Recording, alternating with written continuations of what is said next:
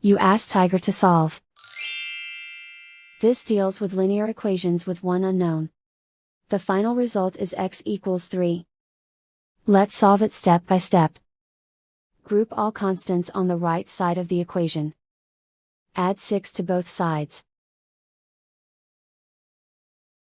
Simplify the arithmetic.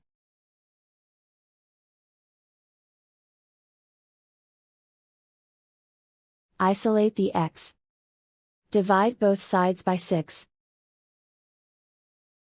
Simplify the fraction. Find the greatest common factor of the numerator and denominator. Factor out and cancel the greatest common factor. And so the final result is x equals 3.